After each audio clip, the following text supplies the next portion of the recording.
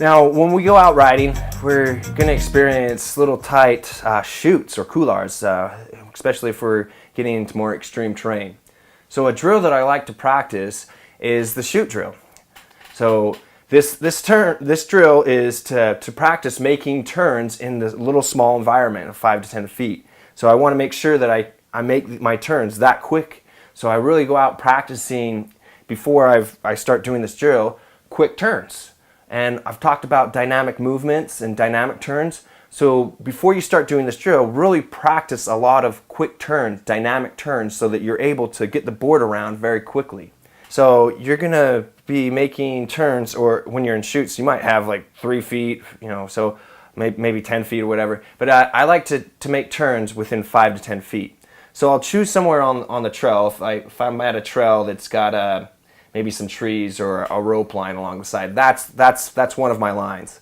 And then on 5 to 10 feet away from that, I'll have someone, or what I'll usually do is I'll draw it and I'll have my students go down. But I'll choose one line that I don't have to make, and then the other one I'll just drag down, put my hands in the snow and just drag like down. And this little animation kind of shows you.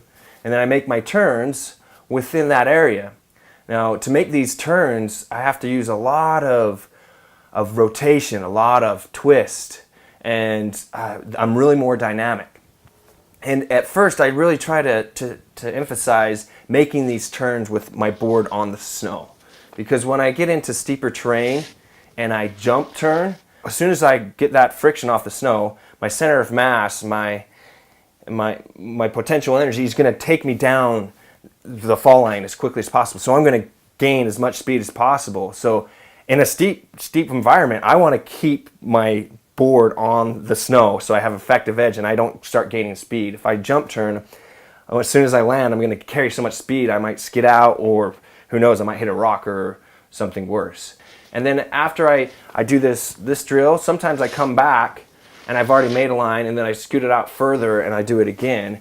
And that way I can choose where my chute is. Is it this one I just made, or do I, follow the next chute that's right here? And I might vary it. Sometimes I might make the line as I come down, maybe just a little bit, I'll make it shorter and then go back to the original line. So, maybe it's 10 feet, and then all of a sudden it's only like 3 feet. I have to make the turn right there because the chute is really narrow.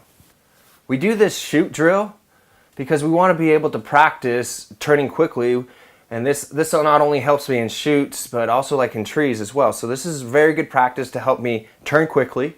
I feel safe navigating steep terrain. And I do this because I might be experiencing places and terrain that I need to turn quickly.